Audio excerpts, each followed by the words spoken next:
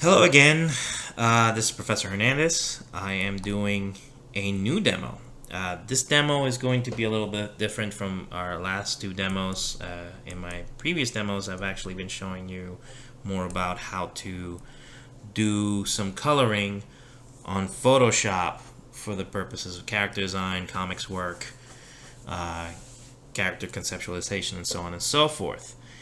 This time around, I'm going to be talking a little bit about drawing and eventually coloring on Photoshop. This little demo is going to be first on doing some quick sketching and drawing on Photoshop for those of you who are going to be working mostly digitally. A lot of you, I'm assuming, have a pretty good context of how to work this stuff already, but just in case you needed a little bit of guidance, um, here we go. As I've mentioned before, I work in layers. I'm going to go ahead and erase my layers already because I don't want to confuse anyone. I'm just going to go through steps. I tend to work in layers. I tend to have a white background on the background locked up so that I always have something to erase from. And I tend to build upwards when it comes to creating drawings on Photoshop. So this first layer that I'm creating is going to be called pencils. And much like you've seen, let me go ahead and spread that out completely. There we go, bigger canvas. Much like you've seen in my other classes and whatnot, I tend to work with some blue line pencils. So I mimic that with regards to my Photoshop work.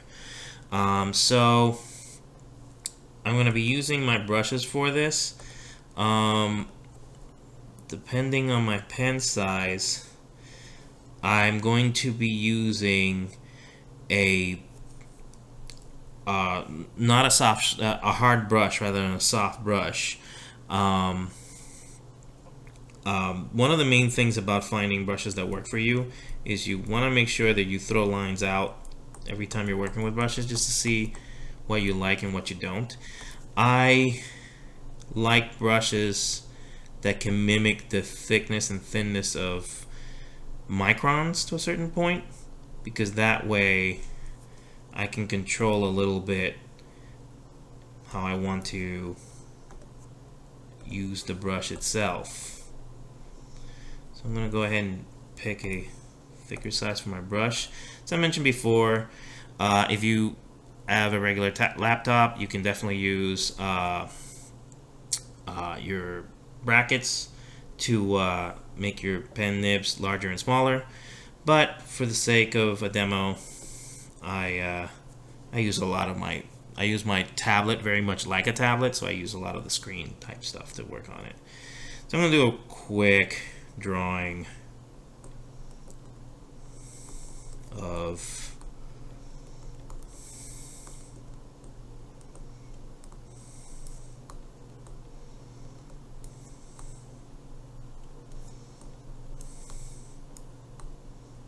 the Phantom, because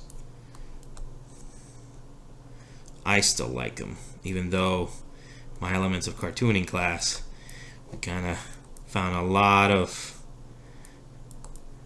anachronisms with the character. But I still like him. I think it's mostly because my grandfather really liked him. So I'm just doing a very quick sketch. You can see my line work is very much loose for him right now.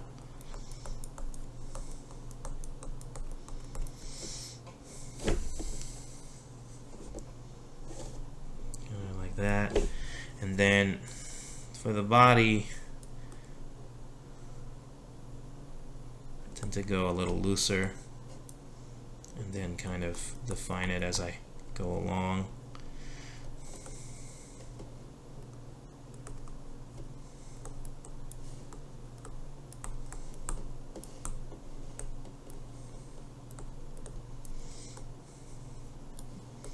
And remember, like, you're creating a sketch here. That doesn't mean that you're not going to be changing things as you move along.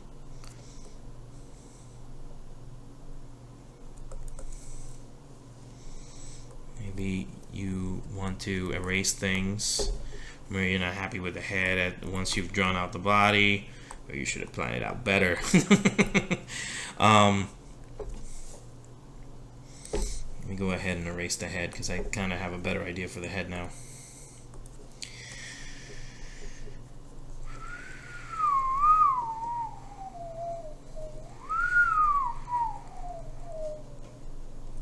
Now, considering that the spine is placed like right here, you can now kind of create your head, throw it out just a little bit more like that, so it actually fits the context of your character. You know, you needed to measure your head to your eyes. Remember, we talked about it. Ears, nose. Then divide this in half and you already got your mouth towards your jaw. So that's your mouth right here. You can throw straight lines through where your eye's going to be, and those are the corners of your mouth. Kind of go from there. Definitely looking creepy. But there you can actually kind of fix up. Remember, this isn't your drawing. This is your underdrawing, which is what is so important. It's why we teach penciling and inking techniques in our classes, because our pencils are our underdrawings. The way that we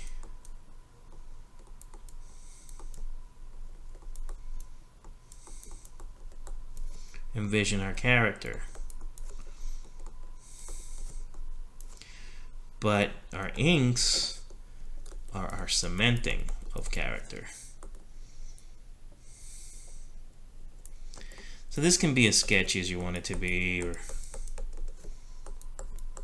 as broken as you want it to be, or whatnot. And then once you get to your inking stage, you can even go back in that time period, come back and say, change the pose. Say you're suddenly realizing that maybe you want him looking in a different direction. You can do that too. In fact, that's kind of what I want. Sorry, I keep redoing this face, but not really in love with him yet.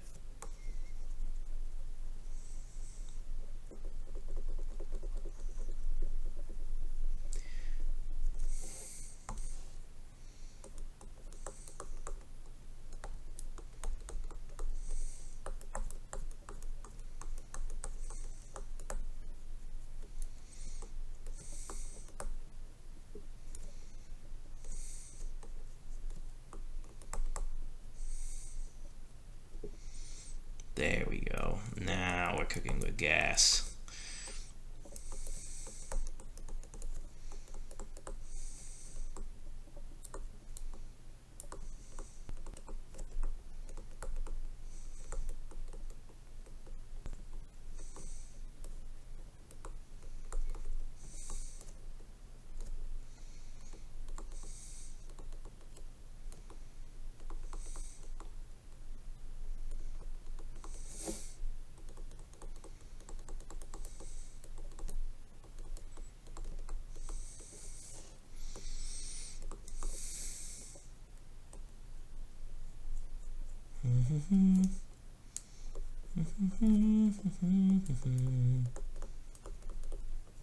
See right there. Get a sense of who.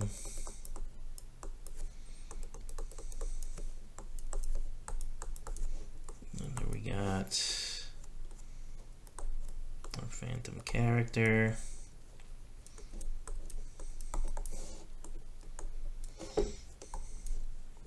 We have our pencils. So once I'm done with my pencils, I go over here and I create a different layer, and I call that one inks.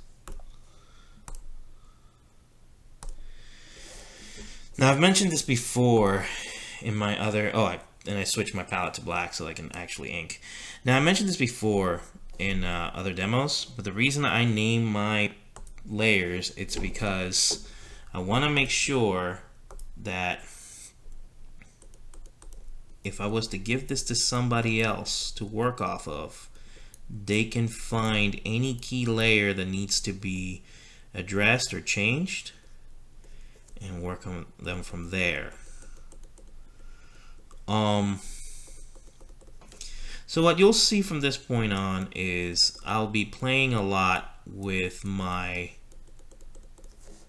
pen sizes, mostly because I want to mimic that line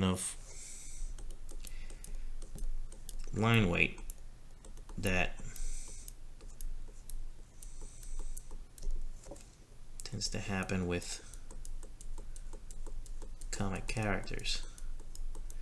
The great thing about inking on Photoshop is that you can take your pencil layer off and see areas that maybe you don't want, or that you might want to erase, or little things that you're not too happy with.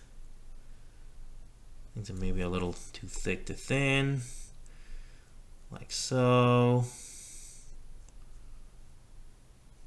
And then you can go back in and see how that's working.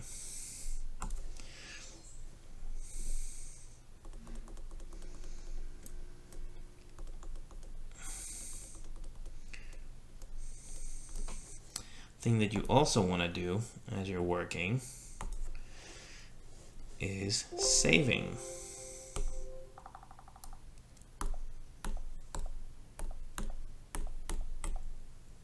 I'm calling it Phantom 2 because I've already done a Phantom. There we go. We can continue working on our layers right here.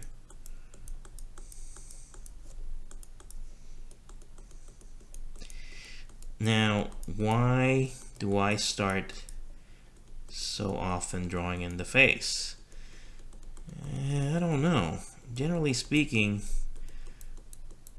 you can pretty much start anywhere as long as you have the figure kind of delineated, but I tend to start drawing my characters from the face out,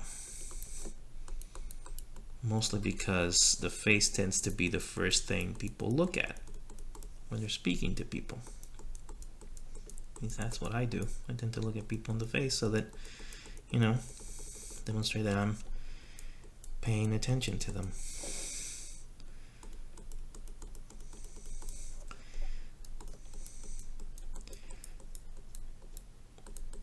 Aside from, you know, just the interface being a little different and sometimes the line work showing up just a little bit later,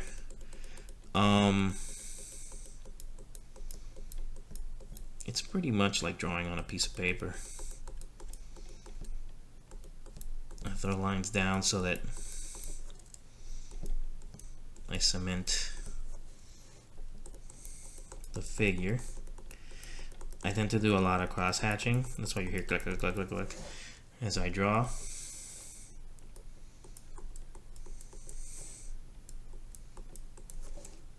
From time to time, you do want to take off your pen, because at the end you are going to be going back in and erasing any extra bits and working like so.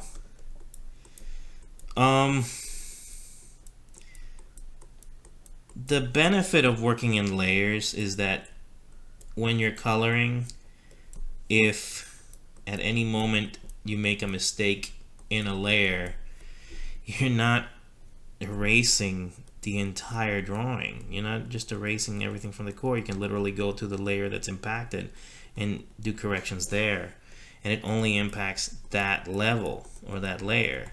It doesn't have an additional impact on the rest of the figure. And when you're working for the purpose of speeding up a process, that is kind of important.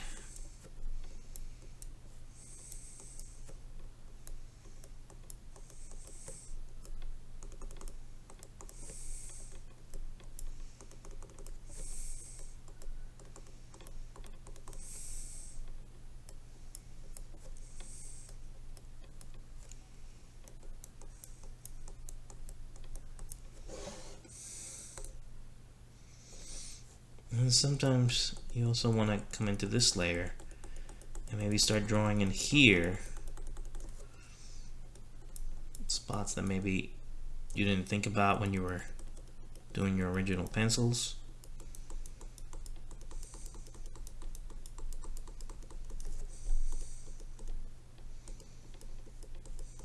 Evening things out just a little bit.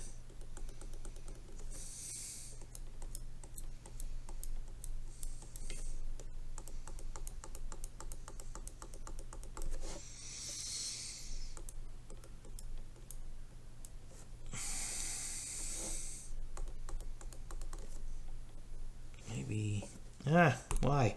The problem with working with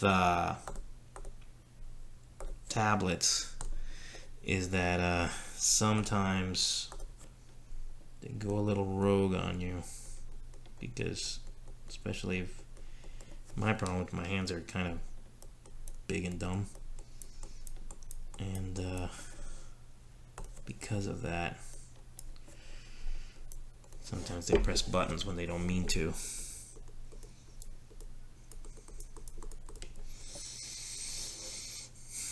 Let me go ahead and add some shadows and lights, because it seems like we're deciding that the bigger shadows are going to be on this side.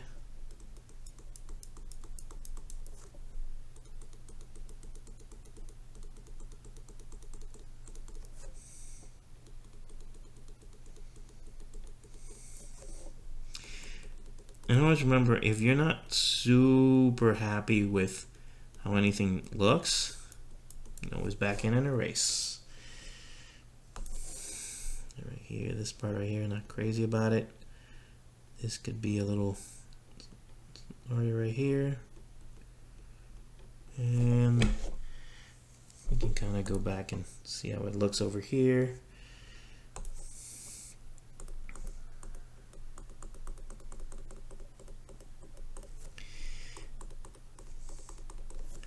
And that's the main difference between inking and penciling. When you're penciling, you're setting up your figure, you're representing the posture, the performance, as it were, because you're drawing something that is part of storytelling. So when you're drawing characters, you're not just the illustrator, you're also basically every actor in your story. So you perform all the parts on paper. Oh, didn't mean to move that out of the frame.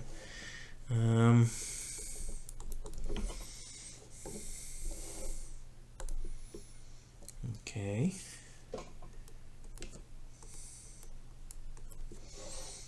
Into that.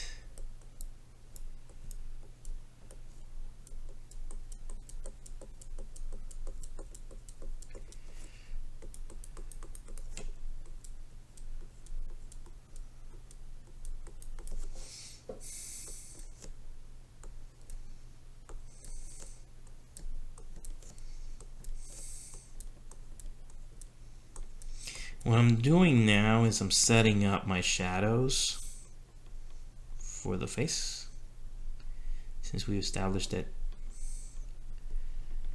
he is being lit from the side.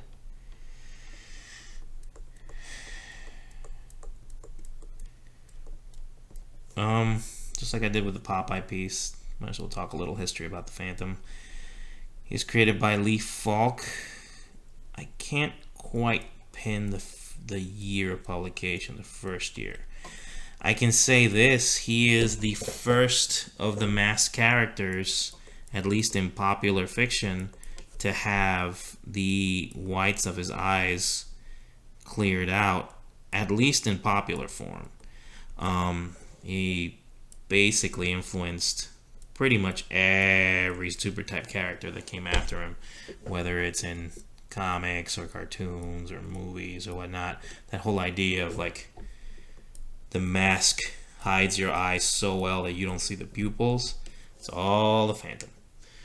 To mention in class, he's the ghost who walks. He lives in the jungles of I think it's Bengala. It's supposed to be in the story. It's a long tradition of masked men that fight against tyranny. Make it sound so dramatic. But it's basically a lineage of the same family.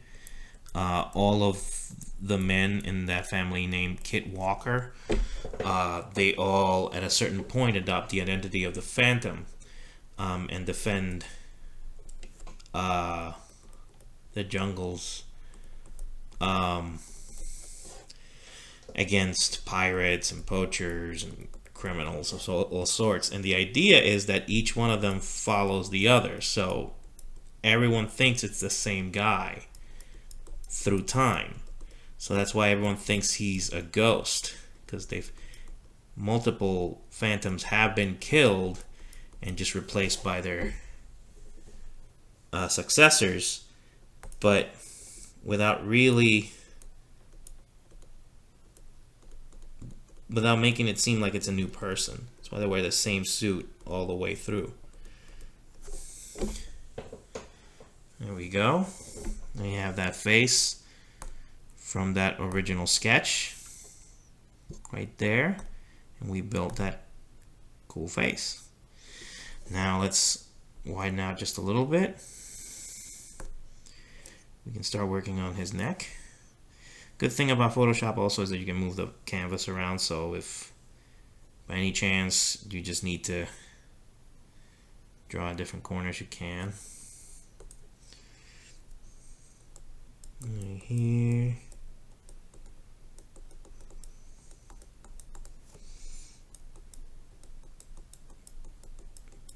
The same rules that apply to inking, as discussed previously, apply here. Our character is very much, since he wears kind of like a skin tight suit, he's actually perfect for these type of drawings. Since the head is popping over the rest of the body, it'll probably have a little bit stronger weight than say the neck or this part right here of the shoulders. A lot of times what I like to do is kind of work the full figure out kind of in like wider lines first, and then kind of draw him out and erase and draw as I go.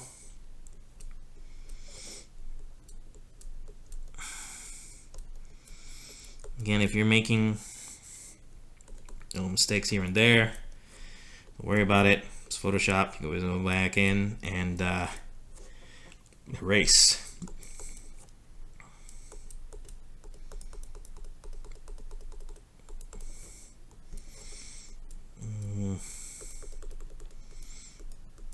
It's really bugging me figuring out what year the Phantom was created.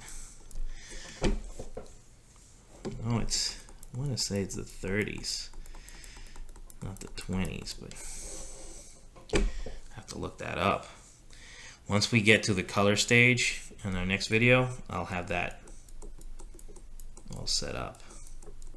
Although I do want to maybe give him a little bit of a background as well. But we can set up in a future video for that.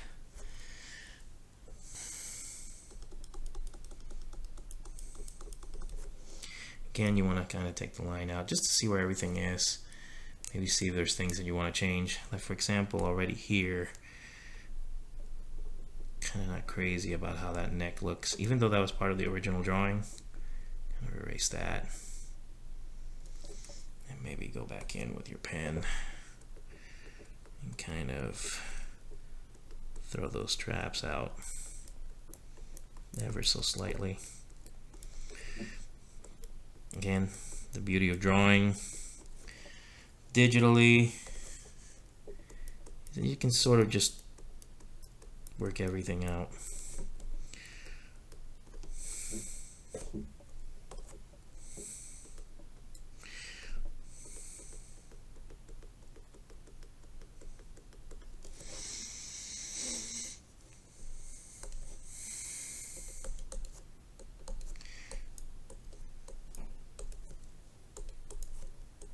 Okay.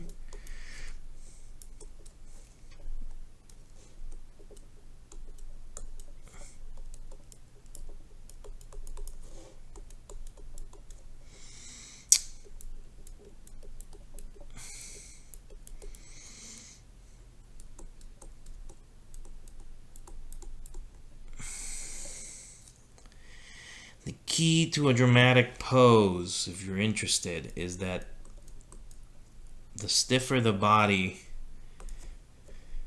the less dynamic it is. Whereas if you kind of throw a curve at that spine, get it into that S shape of sorts, that adds to the dynamics of the character. What I mean by that is, let me take a little corner over here and draw that out. If you have a hero that's like this,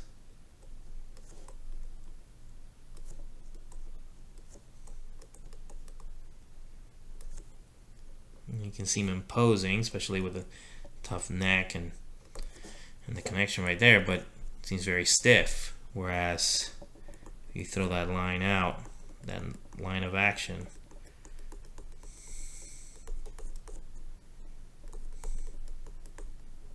kind of build your character with that posturing.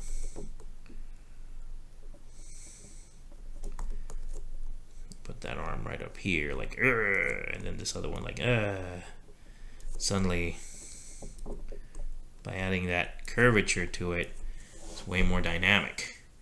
And then you can even move the head down just a little bit more to make him feel like a panther, or even throw that whole concept back out and then just kind of like do that.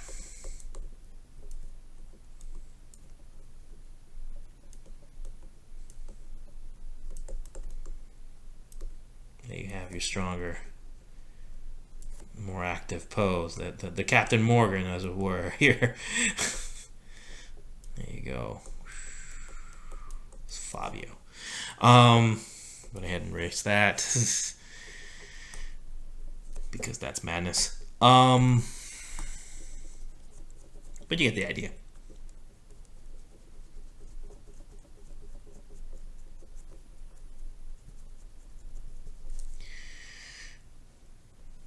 We're starting to see some progress with the Phantom character. Same deal with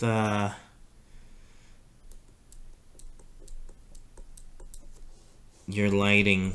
If we've established that your strongest shadows are going to be to this side, because your light's coming in this direction, strongest lines are probably going to be here as well.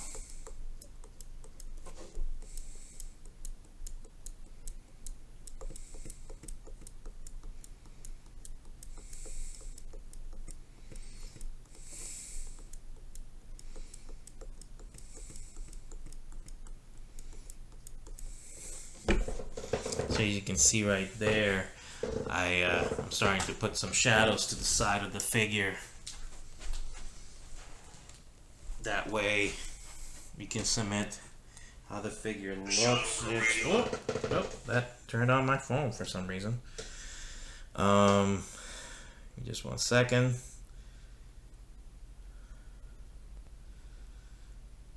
And I want the comic. 1936. So close in my head. I think that's the same year Dick Tracy came out too. Sorry, I had to look. It was driving me nuts. So you can see right here. We can get him right closer. And you can line him a little bit there. Make it a little bigger. Put the character right down. There we go.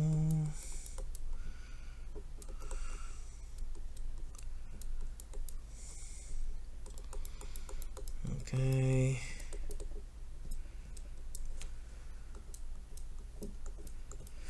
The key to strong inks and good inks is going over your lines, making them clean, throwing your lines out, especially if you're trying to get some consistency of your line, like right so. If it's your shadow area, definitely throw lines out so they can cover more spots.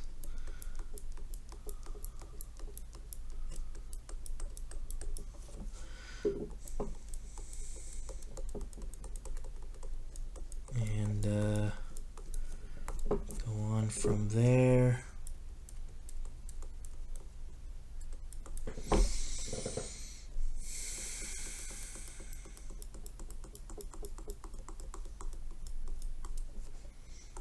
That direction.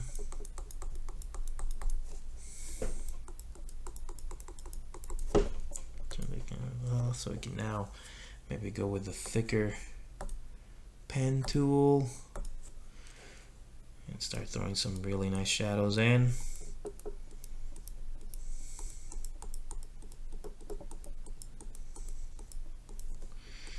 Now, considering that I'm doing these demos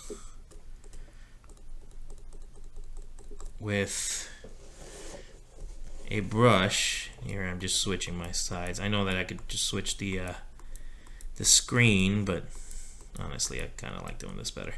So I'm doing demos digitally.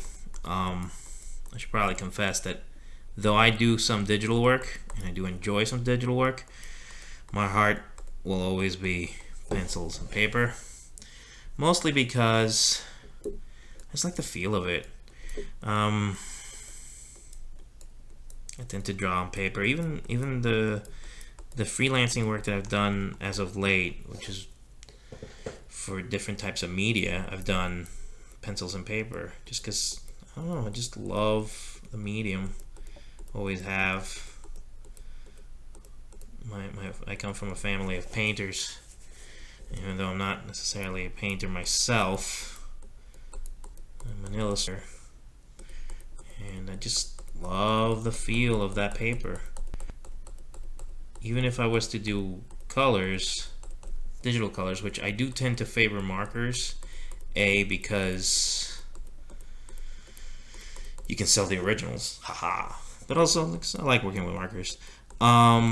But even when I do digital colors, I tend to normally work with paper, pencils, and inks. But that's not to say that this type of stuff isn't a lifesaver. I mean, the amount of work that I just got done with one tool versus switching through a bunch is clearly something to speak about. And also,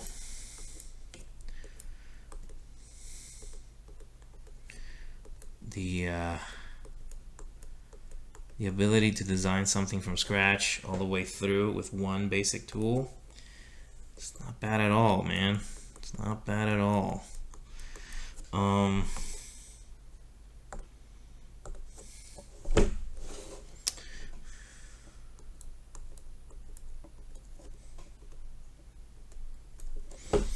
Okay, go back in.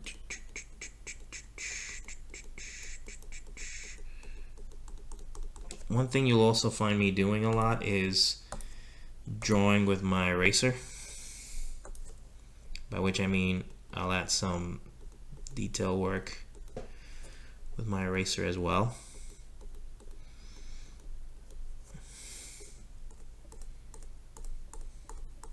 Your eraser is not just for mistakes. You can also use it to define material.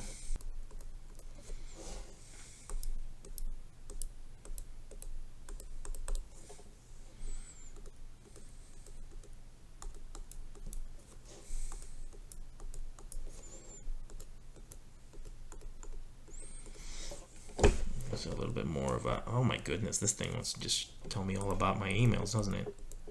So lines down like so. Really nice and exciting. Right here.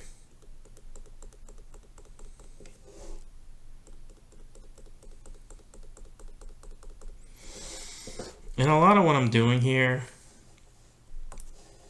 many artists might do differently. and you might do differently. But generally speaking, what I want you to do is get a sense of familiarity with the tools. And just remember that Photoshop, that's all it is, it's a tool. It's something you're using to get a job done. It doesn't replace the individual. It isn't magic. Like a lot of times you hear people say, like, back before computers, as if the computer makes it magic. You're still very much involved as an artist with how work comes out.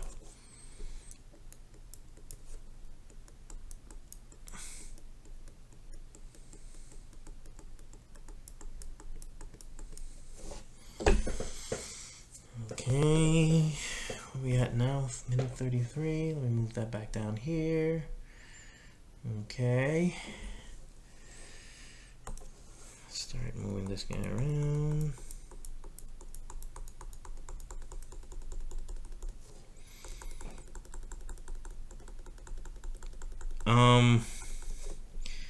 There are different brushes that you can use, and we can explore that in other demos.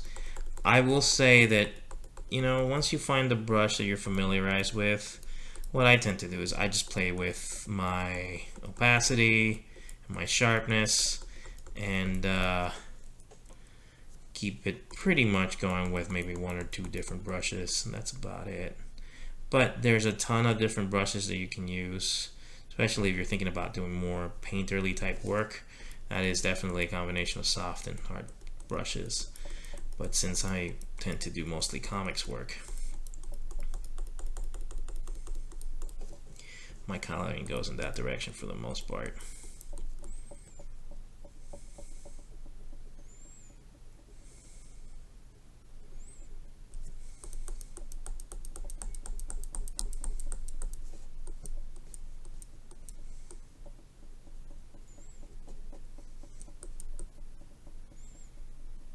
Okay.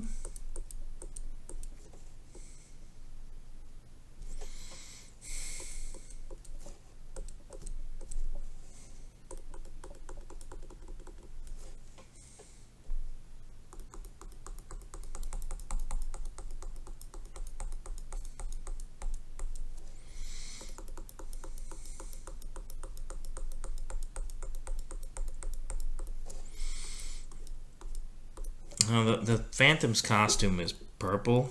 You've never seen the Phantom before, which I think a lot of my students have. So what I'm trying to do is I'm taking into assumption the fact that the suit will be a darker tonality of sorts. So I'm adding a lot of pre-shadows.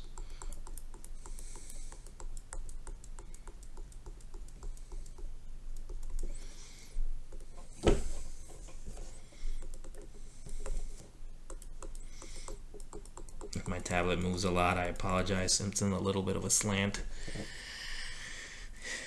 I have it set up on my drawing table.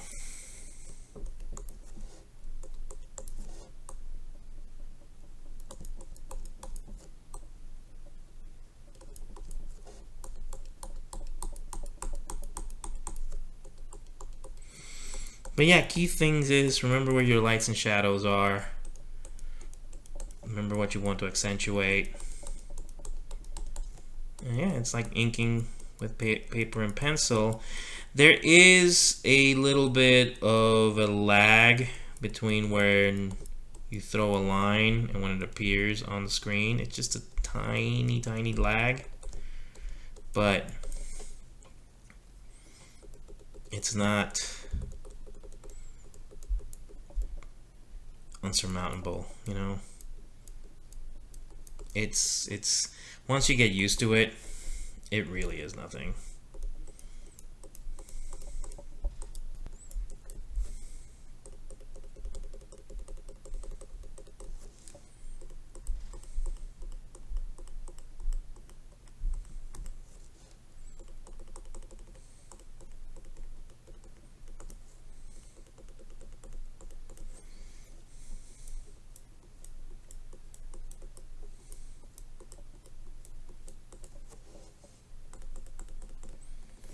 You can see I'm not throwing too much shadow on this side.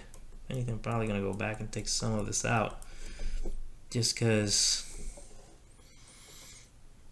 the bigger shadows are going to be on this side.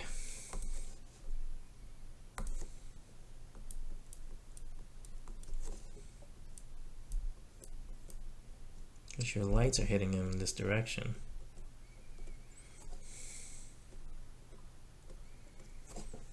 Go. Well, and gonna have a sense right here where the guy is. We're still missing his hand, but I can get that rolling at a different time. I'm starting to look at my main computer's kind of running out of battery a little bit, so we would have to break this down into two separate presentations. But before we do that, I wanted to show you a little bit what the character might look like in a different stage. Let me see where I put it. It's in here. Let's see if we have the phantom piece. This is another phantom piece that we did for a different time period. Let me see if I got my colors, my flats, and here's my, nope, that's the one I literally, oh wait, no, that was the one I needed. So I wanted to show you what we did for this one. I'm going to erase all the colors.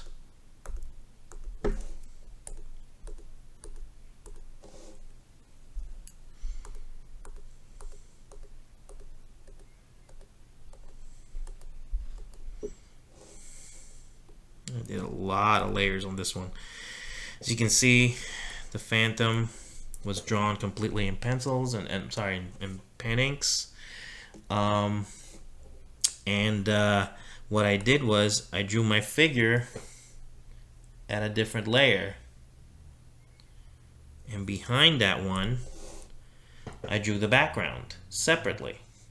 Now, why is that important? Well, when I did my colors, I first threw out a background color and then started working my figure in terms of flats. Say belt buckle, skin, ring, gun, the pants, slowly building my flats all the way through, and then I started adding sort of like textures, different things that I put on it. And you can see this one piece had multiple layers placed on top of them so that it could keep working consistently. Different colors for the background. And those right there were my original pencils. So this is my colors for the figure without a bit of a glaze on top. And then I threw a light haze on top of it. And as you can see, the background is a little bit hazier because of it. So it kind of creates a nice sense of foreground, middle ground, background. If it's not coming through super clear on the screen, I can provide the original file at some point to a class. Not. So later on, we'll discuss coloring the original piece, but I wanted to make sure that we had a little bit of a demo regarding this material as well. Okay, I'm going to be continuing working on some other stuff, but if you have any questions, please email me at eahernandez@umes.edu. Sometimes I forget where I work. Or you can contact me at eahernandez75@gmail.com, which is my personal email. I hope this helped you all out to continue working on your projects as well as continue working on your digital work. If you ever have questions, feel free to reach out. I will have a demo out on marker colors as well pretty soon. And I'll continue working on these demos for digital work as well. Thank you very much. Please stay safe, and see you in class.